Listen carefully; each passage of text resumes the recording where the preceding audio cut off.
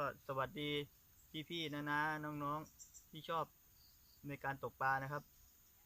ก็มาพบกับผมนะครับสายปลาจิ๋วนะครับสายล่าหมายธรรมชาตินะครับก็วันนี้ผมก็จะมาตกสปิวนะครับตกแบบไม้ตายตะกั่วไหลนะครับอาการทุ่นก็ตอกนะครับตอกถอนนะครับทุ่นมีอาการก็คือวัดอย่างเดียวนะครับก็วันนี้ก็จะเป็นหมายธรรมชาตินะครับเป็นหมายที่ PE2นะครับที่ผมมาตกนะครับก็จะเป็นปลาเป็นปลากระมังนะครับปลารับแขกนะครับก็ไม่รู้จะมีปลาไหมครับปลาใหญ่หรือเปล่านะครับก็วันนี้ก็อากาศเย็นนะครับอากาศเย็นไม่รู้ว่าปลาจะขยับเคลื่อนตัวได้ดีขนาดไหนนะครับก็น้ำเริ่มนิ่งครับวันนี้น้ำนิ่งไม่มีลมครับแต่อากาศครึมๆนะครับไม่ค่อยมีแดดนะครับก็หมายธรรมชาติครับไม่รู้อะไรจะเกิดขึ้นครับเดี๋ยวเราไปตกพร้อมกันเลยครับไปเลยครับก็ผมเซตอุปกรณ์เรียบร้อยแล้วครับนะเดี๋ยวเราไปตกพร้อมกันเลยครับไปเลยครับ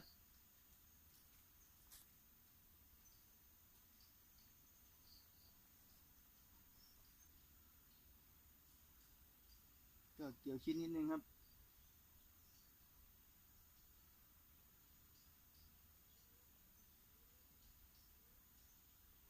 ก็แรกๆแล้วก็จับเป็นจีบนะครับจับจีบนะครับเพื่อที่ให้เหยื่อมันละลายไวนะครับ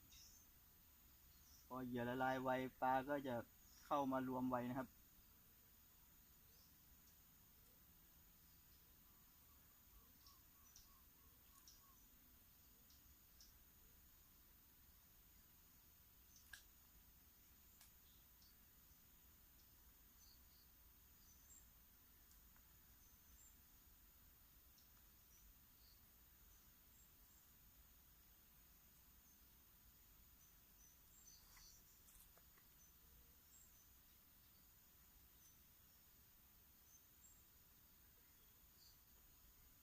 ก็หมายนี้ครับอุปสรรคก็จะมีกอไผ่นะครับอยู่สองข้างฝั่งครับ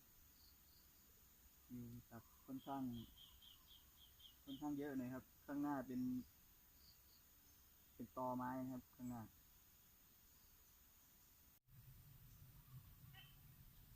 ต้องไปชมกันต่อครับนะครับ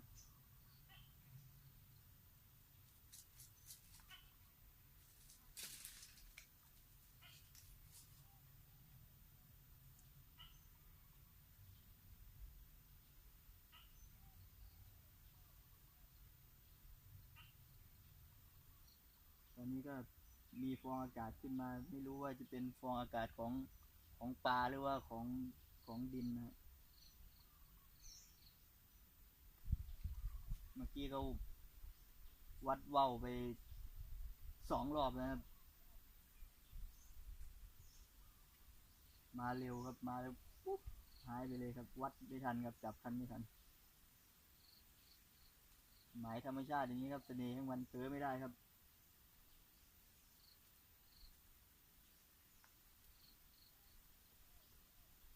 เผลอที่ไรทุนหายทุกทีนะครับ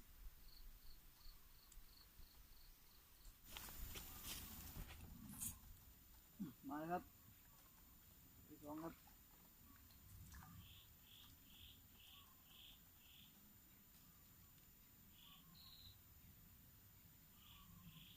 นะ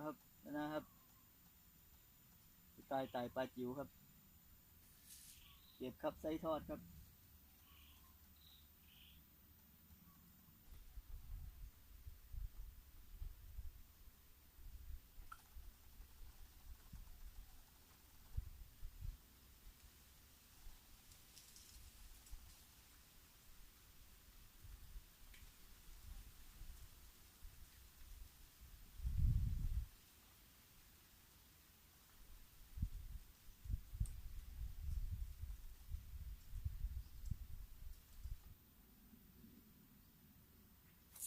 ครับมาแล้วครับอีกข้างบนครับนะครับ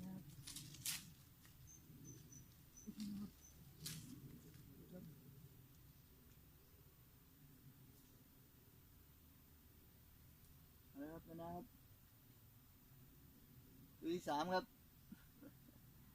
ไต่ปลาจิ๋วครับสไตล์ไต่ปลาจิ๋วไส้ทอดครับ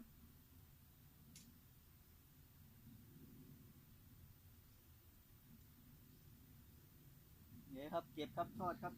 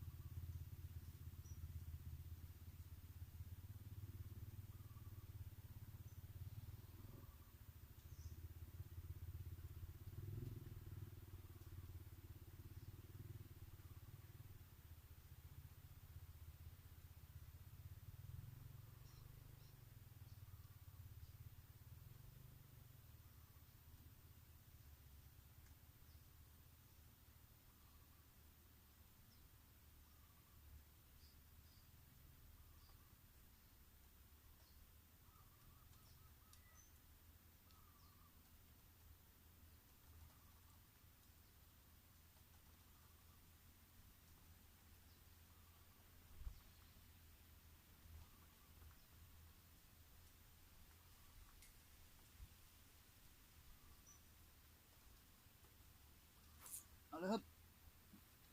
มาอีกตัวแล้วครับดีดีครับเอาเลยครับปลาหวงเลยครับ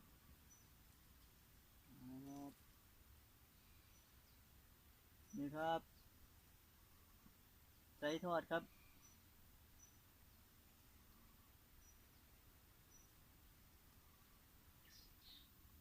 เป็นขยับครับโอ้ยอยู่แล้วครับมาครับกินเบาครับดูตัวครับ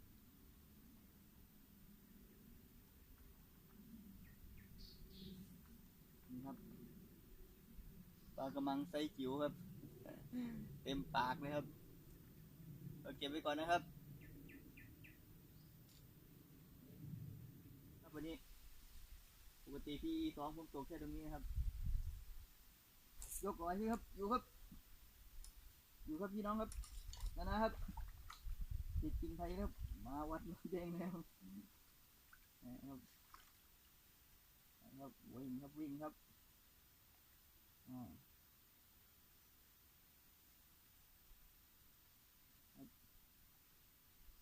นี่ครับปลากระมังครับไซส์ทอดครับแหมปลารับแขกของที่นี่นะครับ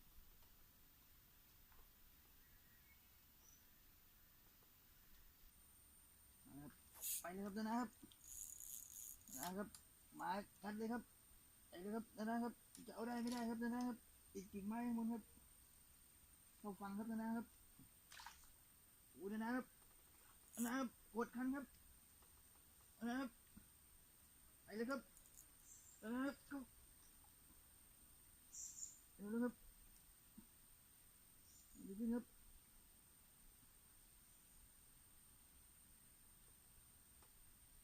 ติดครับติดครับนะครับ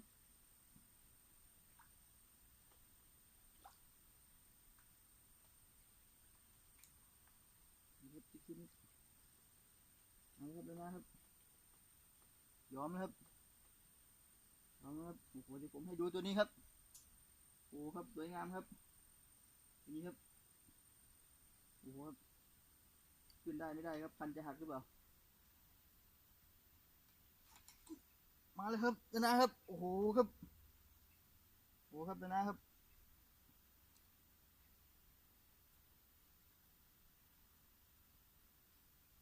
นี่ครับนะครับโอ้โหปลาขาวสร้อยนะครับปลาอีไทยนะครับโอ้ไซส์อย่างนี้เลยนะครับนี่ครับโอ้โหครับไซส์อย่างนี้เลยนะครับโอ้โหสวยงามเลยครับ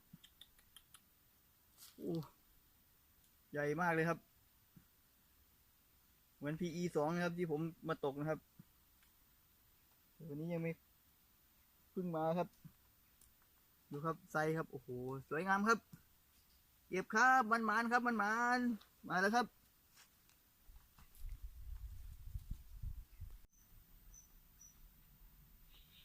ไปเลยครับอยู่ครับนะครับ นะครับโอ้โหงัดร้อยเลยครับครับ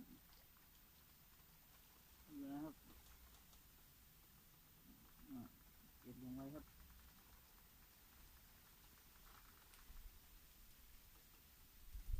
นะครับปลากระมังครับสไตล์ไต่ปลาจิ๋วครับเก็บไว้ก่อนครับ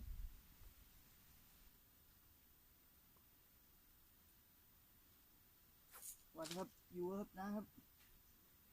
อยู่ครับนะครับนี่นะครับนี่นะครับ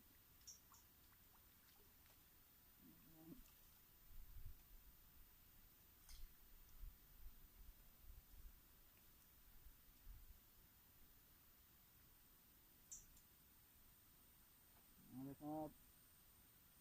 อันนี้จะเป็นปลาตะเพียนนะครับเป็นลูกปลาตะเพียนนะครับ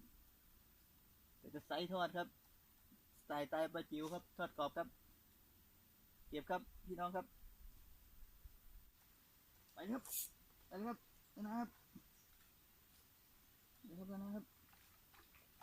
นะครับยอมนะครับยอมนะครับงัดเลยครับ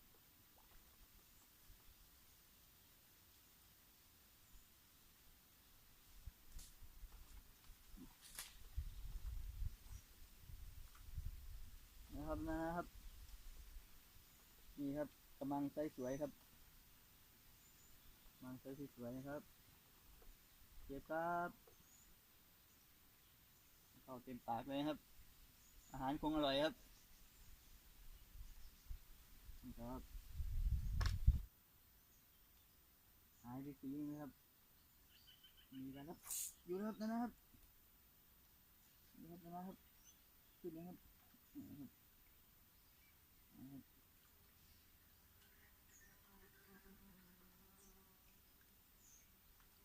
นะครับ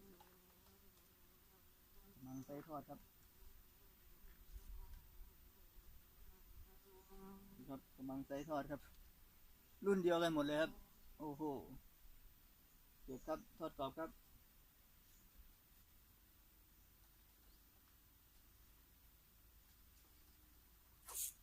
ดูครับ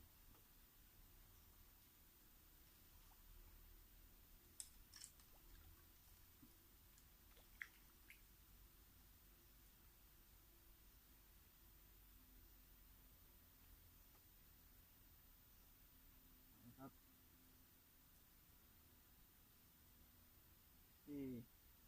ปลาอะไรครับนะครับแปลกครับวัดสวนเลยครับมาเลยครับนะครับนัดร้อยครับปลากำลังไส้ทอดครับไส้ทอดมาแล้วครับนี่ครับนะครับ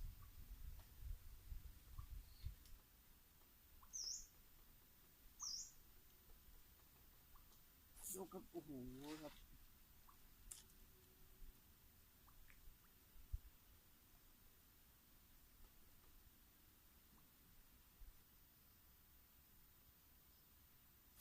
เดี๋ยวครับนะครับตัวอะไรไม่รู้ครับ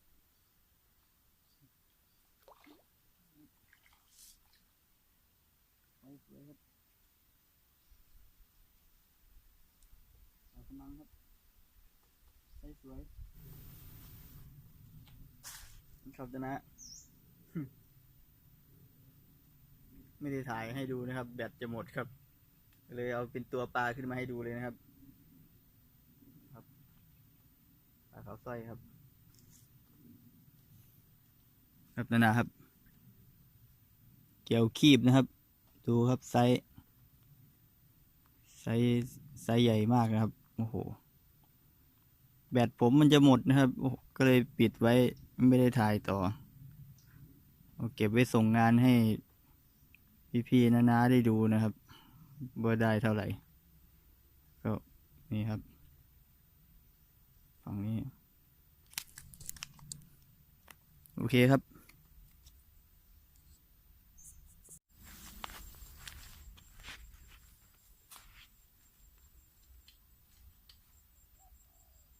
โอเคครับนะก็วันนี้ก็หมดเวลาแล้วครับเดี๋ยวต้องกลับบ้านกันแล้วครับเดี๋ยวมาดูผลงานครับวันนี้ว่าจะได้กี่ตัวนะครับจะได้เยอะหรือเปล่า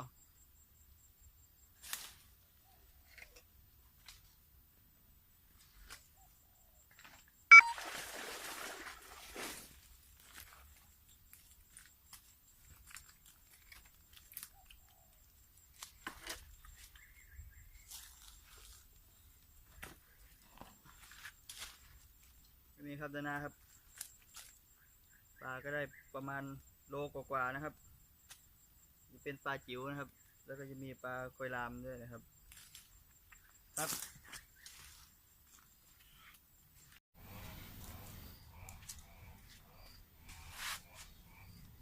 ก่อนนะครับพอดีแบตหมดครับเลยไม่ได้ส่งงานหน้าหมายครับ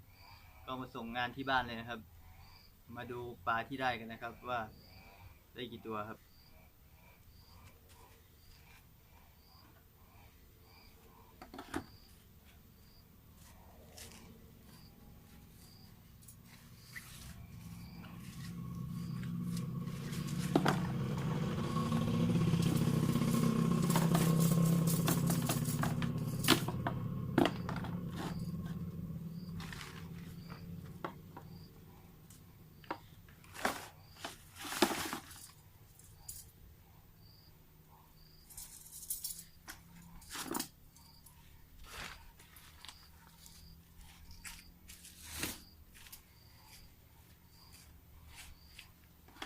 นี่ครับปลาที่ได้ครับมีปลาเขาสร้อยครับนะใสสวยเลยครับสดๆเลยครับยังไม่ตายนะครับ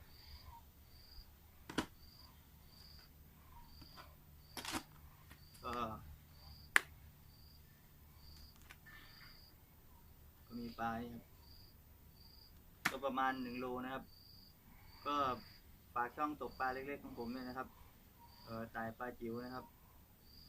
สายล่าไม้ธรรมชาตินะครับอย่าลืมกดติดตามกด Subscribe ให้ผมด้วยนะครับเพื่อเป็นกำลังใจในการทำคลิปต่อไปครับ